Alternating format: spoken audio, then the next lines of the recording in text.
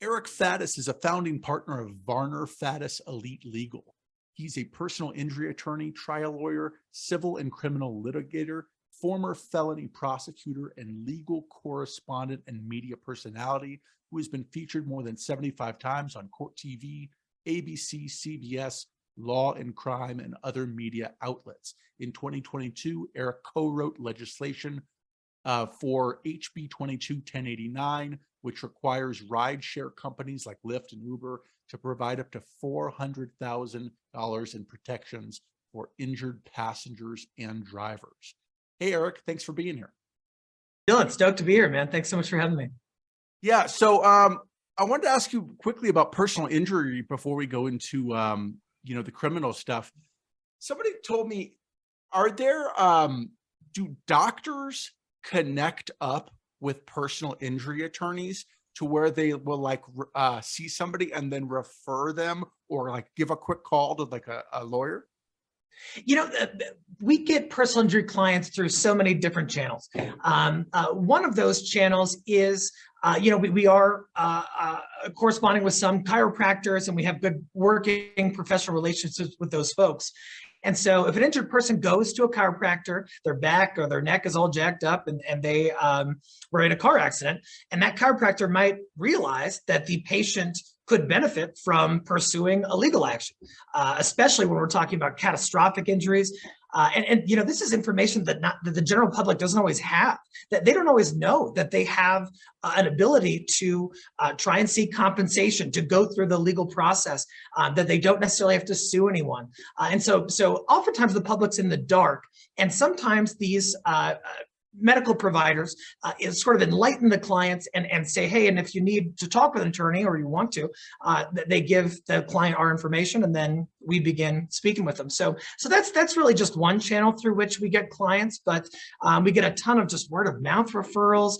We do a good amount of digital advertising, and so they really just come from all directions. I just didn't know if there would be a conflict of interest, because like this person is supposed to be evaluating the person, but then it's like, wouldn't they benefit more by saying, well, this person is more injured because now they're sending them over to an attorney? Yeah, the medical providers are held to a pretty strict ethical standard. And so it's really their job to provide care that they believe is appropriate, regardless of any sort of legal proceedings or context or outcome. And we only work with medical providers who are completely above board and who adhere to those ethical standards. And so at least within our network, we can be assured that those providers are not going to modify care or, change their opinion simply because there is a legal claim that's going on. And let's be clear that those providers are going to get paid anyway, regardless of whether there is a legal claim or not. They still have, an outstanding amount to which they are legally entitled for the care that they've rendered. And so, we have full confidence in all of our providers that they are giving the highest quality care possible without any sort of undue influence from the legal side of things. I saw that you started as a prosecutor. How does that work, like mentally? It's like you go from, putting people away to now you're like a fierce advocate to keep people out of prison. Like, right. How does that work? Yeah, so really the reason that I'm such a fierce advocate against incarceration and against governmental abuse is because of my time in the prosecutor's office. When I went there, I was a baby DA, as we call it out here. I was kind of a young buck, and I was entrusted with making some very serious decisions regarding community safety, regarding people's freedom, and I did my absolute best to make the most moral decision I could.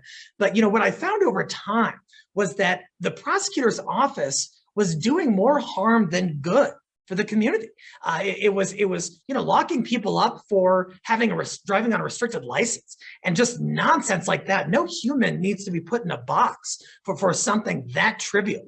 But when you have politics involved, you have elected officials who have agendas, including the elected district attorney in Colorado, and in the given jurisdictions within Colorado, those factors can play a role. And I just got to the point where I was kind of sickened by what that office was doing. And I could not be complicit in that any longer. And so I kind of saw the light, and at least from my perspective, went to the good side and started fighting for people, not for, some amorphous, governmental entity that's, putting humans in boxes, but instead for people who have, complex lives and different motivations and, may not be guilty whatsoever of that of which they're accused. And so it's really kind of opened my eyes, and the way my eyes were open was from being on the other side. And so when did you not have a choice as a prosecutor? Like you were told these are the cases you're going to be doing, and you just had to kind of fight for it, no matter what? Yeah. So as a prosecutor, I started out in county court where you're doing misdemeanor matters. So DUIs, misdemeanor domestic violence, that kind of thing. And then graduated to felony stuff where I was doing, murders and spent some time in the SVU unit, special victims unit, sex assault against child, those kind of matters as well. And really, at least in my experience, we did not have much discretion. It was kind of like you have these overlords at the top who, they don't have to try the cases. They're not in the courtroom. They don't have to look the defendant's family in the eye when they're asking for, 10 years in prison. But it's pretty easy to tell me to do that.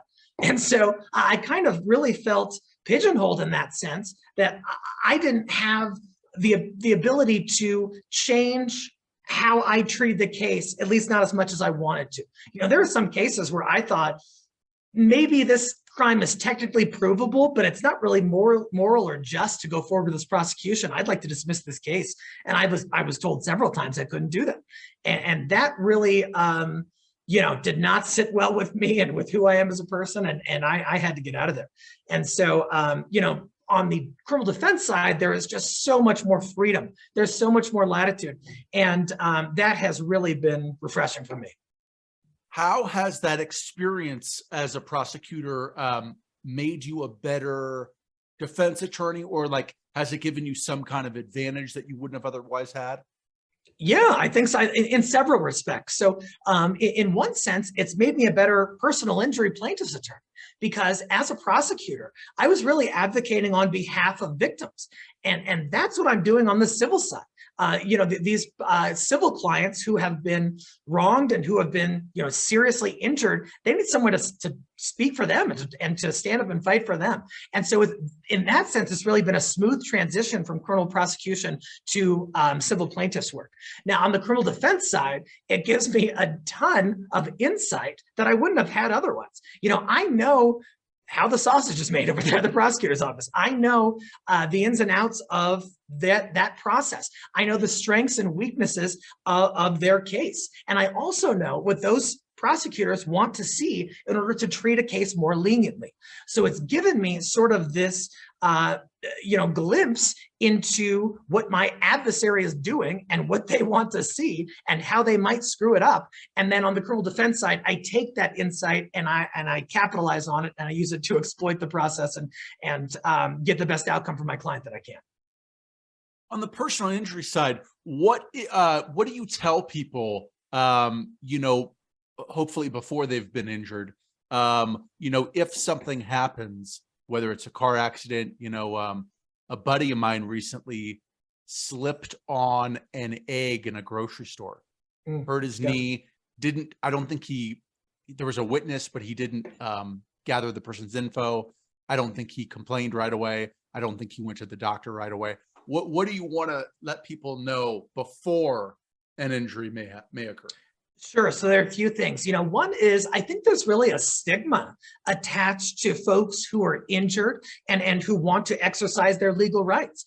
For decades and decades, the insurance company has sort of pushed this rhetoric machine whereby injured people are viewed as litigious or greedy or trying to game the system or something like that. And by and large, that is not my experience at all. And so I want these folks to know there's there's no shame in exercising your legal rights that the law entitles you to in order to try and get back on your feet, to try and recoup some of these losses, to try and, get your vehicle fixed, to try and get your life back, get back to work, those sort of things. So I'd really sort of dispel that stigma that I think the insurance companies have worked to attach to injured folks who are seeking legal recourse in that context.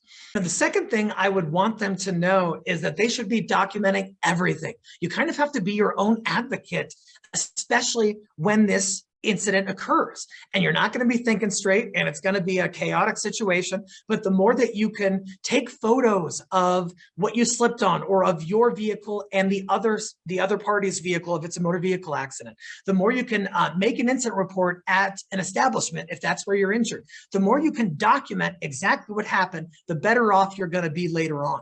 The last thing that I would want them to know is that the insurance company is not your buddy. They're not like, you're not in good hands with Allstate, okay? What they're gonna do is they're probably gonna reach out and say, hey, we'll pay you, $3,000 to go away. And, $3,000 to someone who needs to get their car repaired and who might have medical expenses, it might sound pretty attractive. They might say, hey, look, I could really use $3,000. But what the insurance company is doing when they do that is they're telegraphing to you that your case is worth something. They're not willing to pay $3,000 for a case that's worth nothing. And it's usually worth a heck of a lot more than $3,000. We've had so many clients who receive lowball offers without having an attorney. Insurance company calls them and says, hey, we'll pay you $5,000 to go away. And then ultimately that case is worth like $150,000 or something like that. And so people should just really be on guard whenever they get that call from the insurance company, and less is more. Provide as little information as they feel comfortable, and then call an attorney for backup. Hey, is it true that, like, if I were injured and I try to work, one-on-one with the insurance company, they give me like the low guy who, but then if I hire, somebody like you, and now you call in and say, hey, I'm representing Dylan on this case, that they automatically put a representative from the insurance company that's like a higher, manager type? Is that true? Yeah, so oftentimes my understanding is these insurance companies have different adjusters for cases that have attorneys. So they have one adjuster for an injured person with no attorney, and then kind of a more senior, more savvy adjuster for cases that do have attorneys. And so what does that tell you? It tells you that they're valuing the case differently based on whether there's an attorney on board. They're assessing their risk differently based on whether there's an attorney on board, because they know that there is substantially more risk when you get someone like me who knows what they're doing, who knows the ins and outs of that system, and who knows how to maximize the amount that the client is entitled to. And so, yeah, I think it's really telling that they have different divisions for folks who are represented, because they know that there is much more on the line, the risk is much higher for them, and there's likely going to be a substantially higher payout when there's an attorney on board. What makes I've seen that you've done a bunch of trial stuff, and you're smooth, you're good, you're a good talker. What makes a good trial attorney? Yeah, I've thought about this for years. I've done about 55 jury trials, so substantial amount, but not as much as some attorneys. And in my experience, the best thing a young attorney can do to better themselves in trial is to be themselves as much as they can. Be as much you as you can possibly be. And so why I say that, think about when you're with your family and you're trying to persuade them of something. You're trying to, tell your mom, hey, you probably should go see the doctor or something like that. When a person is earnest and genuine and themselves, and because that's how you are when you're talking with your family or your friends. And if you can channel into that and be as much you as you can be in that courtroom, it's that genuineness is going to come across. You're going to convey yourself as someone who is being sincere and who is not trying to pull the wool over their eyes, who's not a trickster, who's not a fraudster, who's not lying to them. You're a human being in there, and you really need to try to make that connection with the jury from your core self. And so to the extent that you can lower the walls, try to be relaxed in there and come from your core self to those jurors. I think that is probably the pillar of how to build yourself up as a trial attorney. I was thinking about David Boies, one of the top trial attorneys. And for those of you who don't know who he is, look him up. What I find so interesting about him is that he's one of the most successful trial attorneys of all time. I mean, if you look at the cases he's done, I'll have to pull it up. I know he was involved in the Gore v. Bush election. Yes, he represented Elizabeth Holmes as well. Elizabeth Holmes. Yep.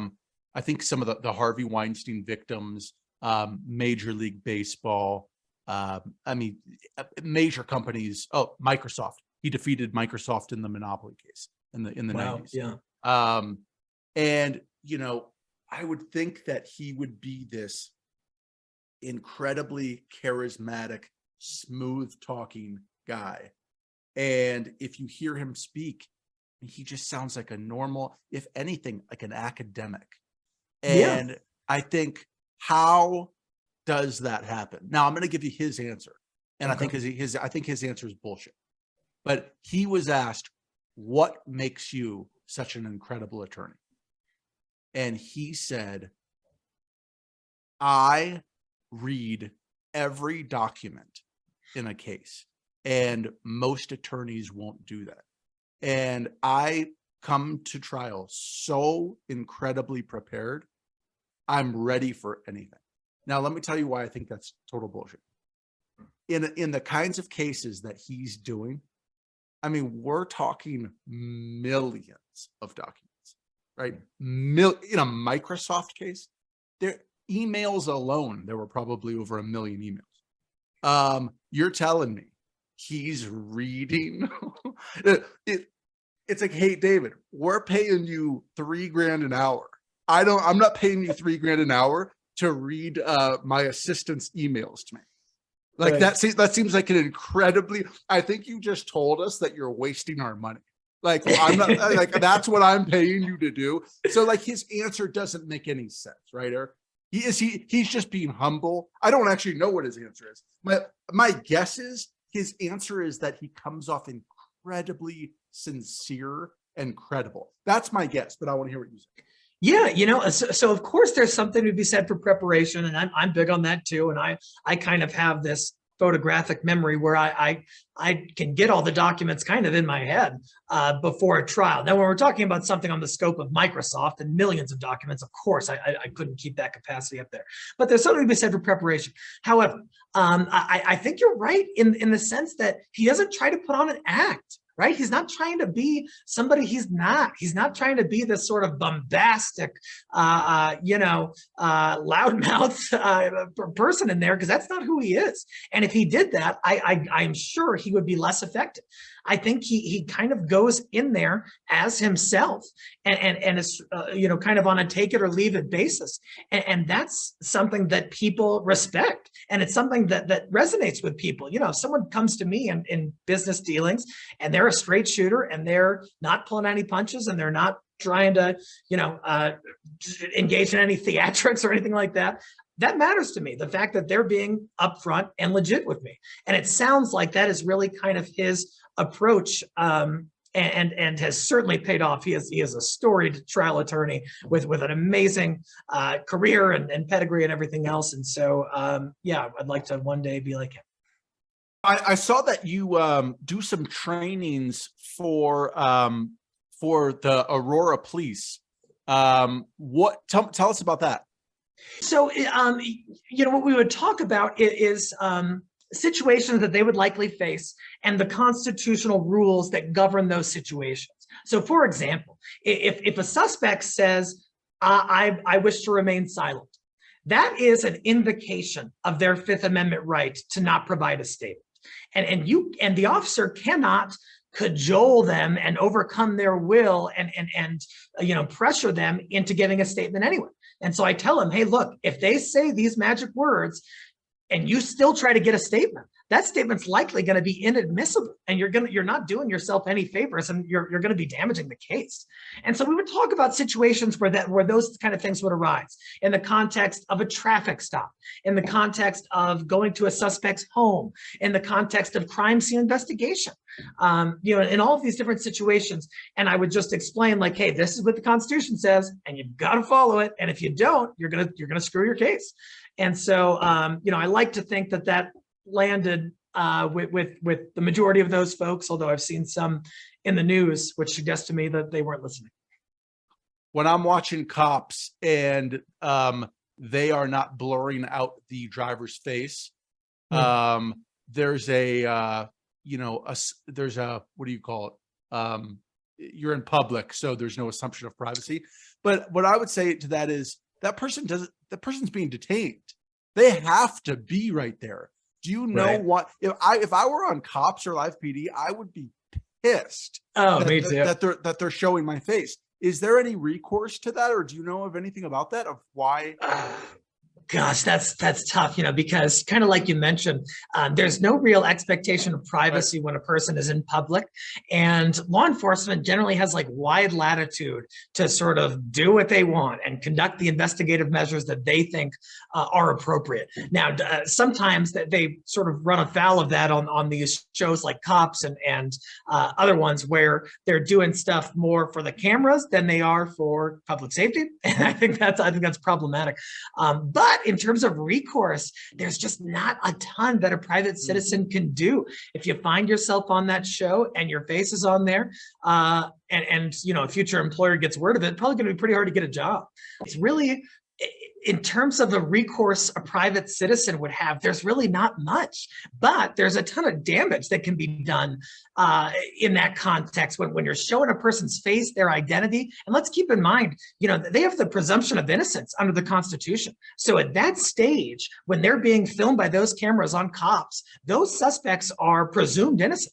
And so it's sort of problematic when they put their face out there and there's this sort of association of guilt attached to them. What are they going to do? The public's not going to hear later whether that person was convicted or acquitted or whether the case was dropped. They're kind of left with that permanent stain on their reputation and not a whole lot they can do about it. Right. Tell us about police interactions and what we should know. If I'm walking and I'm stopped by a cop, it is quite different than if I'm driving, in the sense that if I'm walking, I may or may not be detained, right? But if I'm driving, I assume if I'm being pulled over, I'm being detained the entire time until the police tell me I'm free to go. Is that right? That's exactly right. So those two situations are very different. And in fact, I give Know Your Rights presentations to the Second Chance Center, which helps previously incarcerated folks adjust back into society. And so I try to kind of educate the community about what their rights are in these different contexts. And you bring up a really good point, because if an officer comes up to you while you're on the street and he says, hey, let me talk to you for a second. You are likely not detained at that juncture, and you are likely not obligated to provide any information whatsoever. You may have to provide your name and identify yourself, but usually that is it. And you can just say, hey, am I free to go? And the officer will probably say, oh, why don't you want to just stick around and talk to me? And the person on the street can repeat, am I free to go?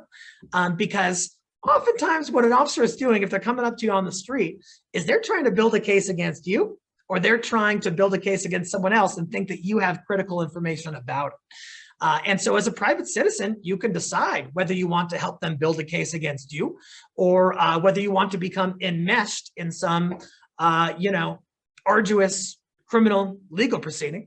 And that's a decision a private citizen can make. Now, when you are pulled over, it's a different scenario. You're exactly right. When a person is pulled over, they are likely detained at that point. And what that means is that the police officer thinks that they have what's called reasonable suspicion to believe that the driver has committed or is going to commit a crime. And so in that context, things change, because you're likely not free to leave if you're being pulled over, but you still retain a panoply of other constitutional rights that you can assert in that context while being pulled over. And I just wish more of the public knew about what those rights are. And what are some of those? Yeah, so one thing that comes up a lot in traffic stops is the Fourth Amendment, which says that you are allowed to be free from unreasonable searches and seizures. And so how this plays out is oftentimes the police will not have legal justification to search your vehicle against your will. They haven't got there yet. They just pulled you over. They're just learning information. And so they don't have enough authority to say, hey, get out of there. We're going to search. So what they do instead is they say, hey, you don't mind if we take a look at your vehicle, do you? And, to a layperson, especially someone who hasn't done anything wrong, it seems like, gosh, if I tell them they can't search it, aren't I going to look guilty? Aren't I going to look suspicious?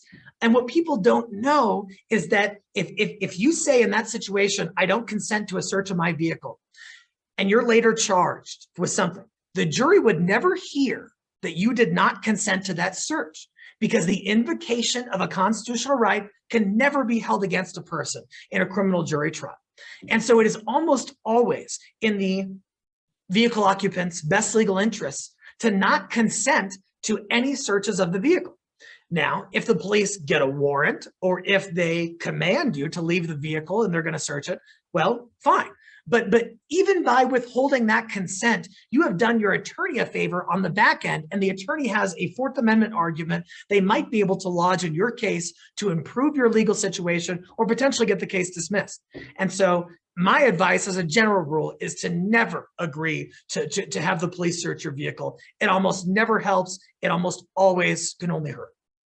I talked to a police officer, and he was saying that the problem he often has with criminal defense attorneys is that they will find some technicality to throw something out. So, for example, going back to consent, probable cause.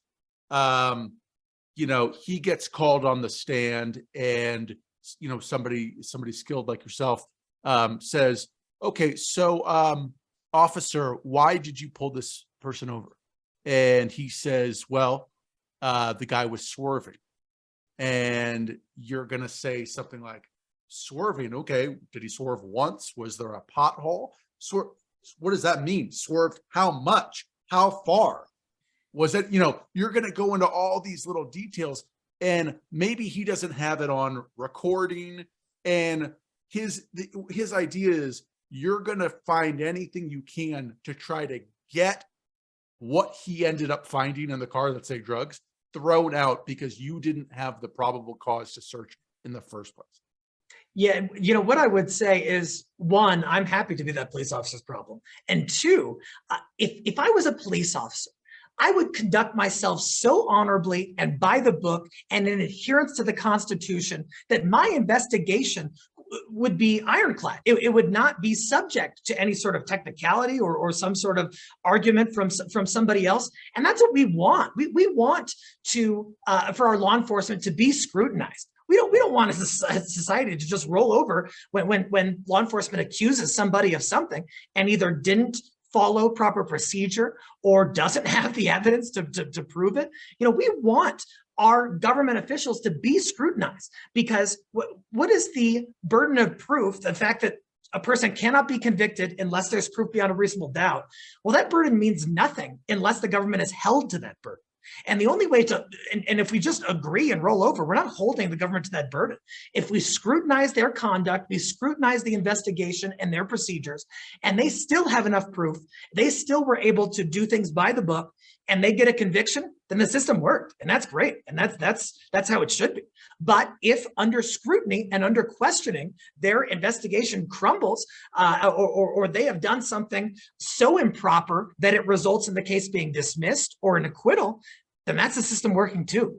And so I think we need both parties present and working as hard as they can, both law enforcement and also the criminal defense bar, in order to hold those governmental officials accountable and ensure that they are operating above the bar. And when they're not, they need to be called out by it. And I'm happy to call them out.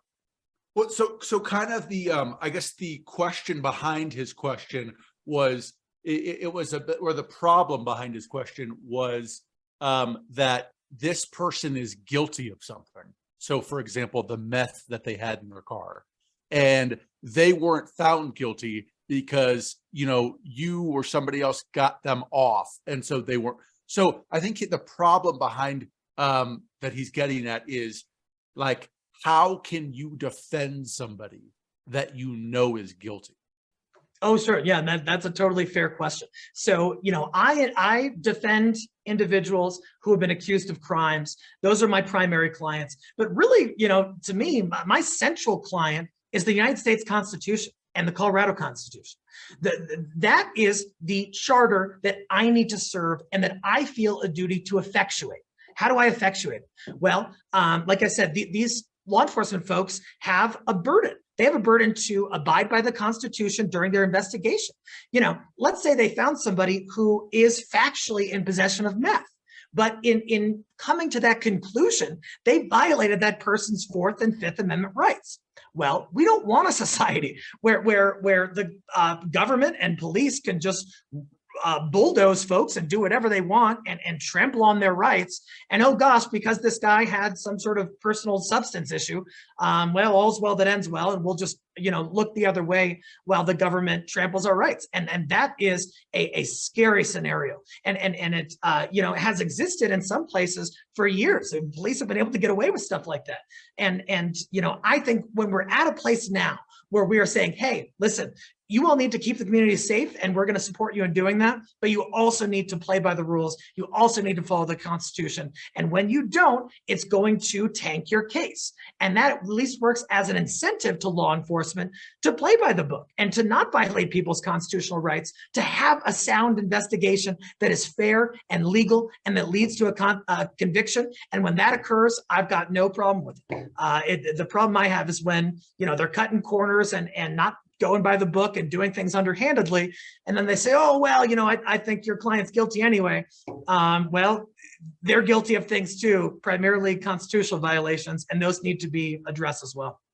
Do you ask if your clients are guilty? Is that something that you care about, or is it something you'd rather not know, or is it something that could be helpful to you? Or I try to get as much information as I can, and some clients are more willing to disclose information than other clients.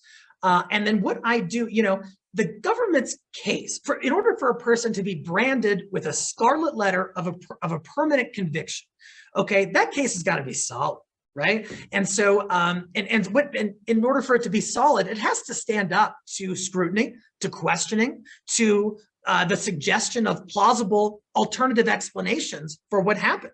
And if it can stand up to that kind of scrutiny, then God bless them, and they'll get a conviction and the system works. But so often it cannot stand up to that level of scrutiny, especially when I'm in there. And so my primary role, I feel, is to effectuate the Constitution, to protect my client's rights.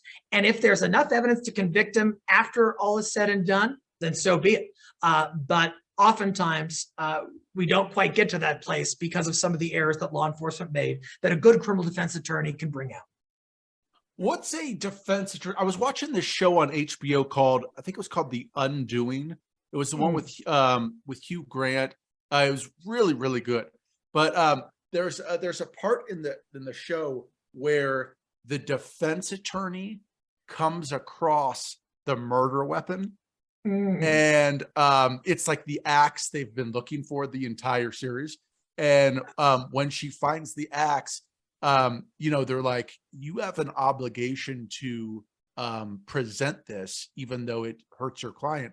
And she said, I don't know I don't know if that's an axe that was used in a murder. So if a defense attorney finds some damning piece of evidence, I don't know if does this ever happen? What's the obligation? It's a very sticky situation. It's very factually dependent. So a couple things.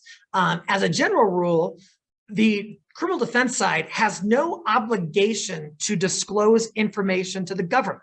As a general rule, we have no obligation to help the government build a case against our client. That's not our job. It's the government's job to go out and seize evidence, conduct their investigations, find out what they need to prove a case, and get it.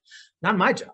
That being said, there are some ethical rules regarding coming into possession of problematic and potentially incriminating evidence. For example, if and this hasn't happened, but hypothetically, if I was given a firearm and it was my understanding that was used in a shooting, well, I have certain ethical rules at that point, and I'd have to look at them really closely to give you the most accurate answer. But generally speaking, I believe I have an obligation to turn over that kind of those materials oftentimes, but I don't always have to disclose the source of those materials. And so it's really factually dependent, and it really just depends on exactly how things played out, exactly what the information or material is that you receive. But it's a sticky situation, no question. You have experience dealing with murder charges, I guess maybe on both sides.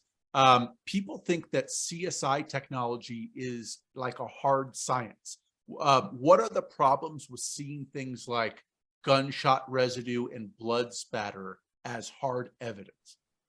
Yeah, these are ideas that have emerged over time as science has gotten better, and a lot of these different measures do have scientific value. That they do have some credibility in courts, but not a ton of credibility. For the longest time, people thought a lie detector test was, absolutely accurate and something that we should hang our hat on and believe wholeheartedly. And then we learned as science improved that lie detector tests aren't always that accurate. And in fact, in Colorado, they are generally not admissible in a jury trial. And so I think we really need to be cautious about how we're viewing some of these emerging technologies and their utility in the criminal justice system. Some of these things are still being perfected. DNA, people think that DNA is a 100% bulletproof type of evidence and technology. And we're learning over time that it isn't always. And sometimes the numbers in their conclusions are really less valid and less compelling than one would think. And so I really think we need to be careful about putting all our eggs in one basket in terms of, like you said, blood splatter evidence, gunshot residue, that kind of stuff. It may provide a piece of the puzzle, but we need to make sure that it is a reliable piece, especially if we're talking about, putting a human being in a box or branding them with a scarlet letter of a conviction. I think we really, as a society, need to be less accepting and more cautious about how we view that and what it means of the criminal justice system. Since hopefully, most of us won't be charged with something serious like that, going back to like the, more practical side of, a stop by a police officer, like being pulled over, what general or specific advice do you have for people in terms of like, should you answer police questions? How should, what are some things you should or shouldn't do or know when being stopped by the police? Certainly. So one thing as a general rule, less is more. If you're being stopped by the police, they're likely investigating you for a crime, and you're under no obligation, legal, moral, or otherwise, to help build that case against you. So don't. One thing people need to realize is they still have their Fifth Amendment right to not make a statement to police. They have a right to have an attorney present during police questioning, and they have a right to not consent to any requested searches. And so those three central rights should be weighing heavy in the minds of anyone who is being pulled over. For example, a lot of people say, "Oh gosh, if you're innocent, why not just let them search your car? Who cares?" Well, I've got some great friends who might not be your clean cut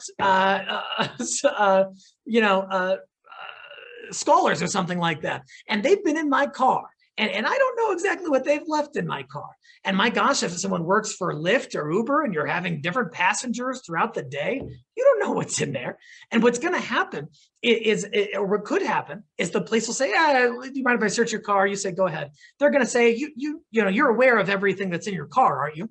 And the person might think to themselves, "Gosh, I'm gonna look like an idiot if I say no." And so, yeah, I'm gonna say, "Yeah, I'm aware of what's in there." And then they find something that a friend may have left, and you don't know that the friend left it. You don't know which friend left it, or which rideshare passenger left it. And all of a sudden, you're in possession of some sort of felony substance. And I think that that is just sort of a cautionary tale that shows that people should be less agreeable and more skeptical and more withholding of information in those circumstances, because so many times I have seen where there is not enough evidence to convict somebody of a crime, and then the person opens their mouth and they think they're doing themselves favors and think they're going to outwit a police officer who is trained to interview you and get incriminating information, and you're likely not going to outwit them. And so less is more, and keep those rights in mind and exercise them at the appropriate times. Yeah, a long time ago, many years ago, when I was living in LA, I went out with this girl, and right in the beginning of the relationship was like this, it was like a holiday party. And, you know, we got drunk at the holiday party, and I was probably going to get fired anyway, but getting drunk at that party probably sealed the deal. And that night when we left, she took somebody's bag, another employee's bag, and apparently used that person's credit card that night. And so we wake up the next day. I wake up to a voicemail from a detective. I'm like, 20 years old or something. Yeah. And the detective is like, we just want to have you come down and have you answer some questions and get your side of the story, because we have the other person's side that says that you two were involved in credit card fraud. We want to just get your side of the story. So I'm like, okay, thank God I had work, because I would have just gone down there. My friend, his dad happened to be an assistant DA in the area, and he calls his dad up.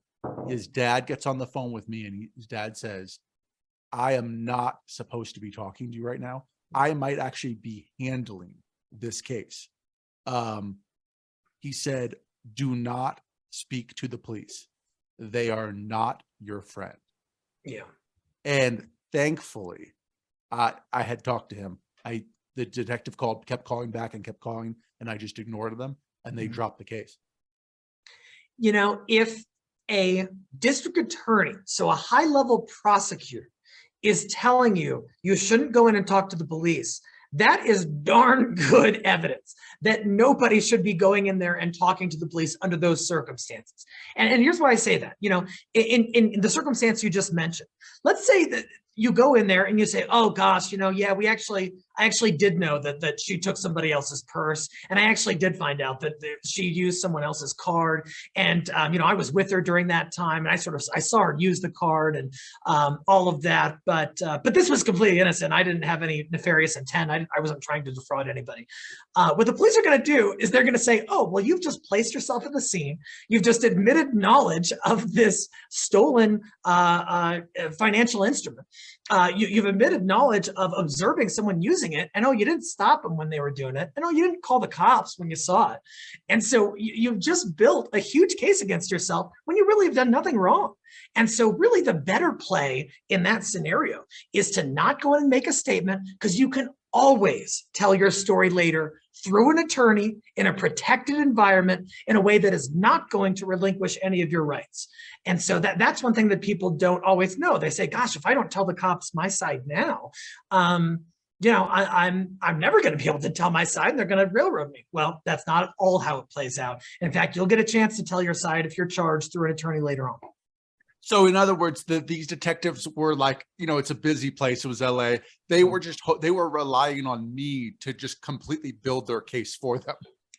Exactly right. Yeah. And that happens so many times, they have some morsel of information, and then they just go to a person, and that person feels intimidated or scared or pressured, and they begin providing information without realizing that they're putting themselves at the scene, or they're admitting knowledge of some criminal act. And so that is just not in anyone's best legal interest. The police have amazing resources and all of these different measures at their disposal to investigate a crime and build a case against you. You don't need to help them do that. Eric, what do you want to share or just tell people about how they can find you?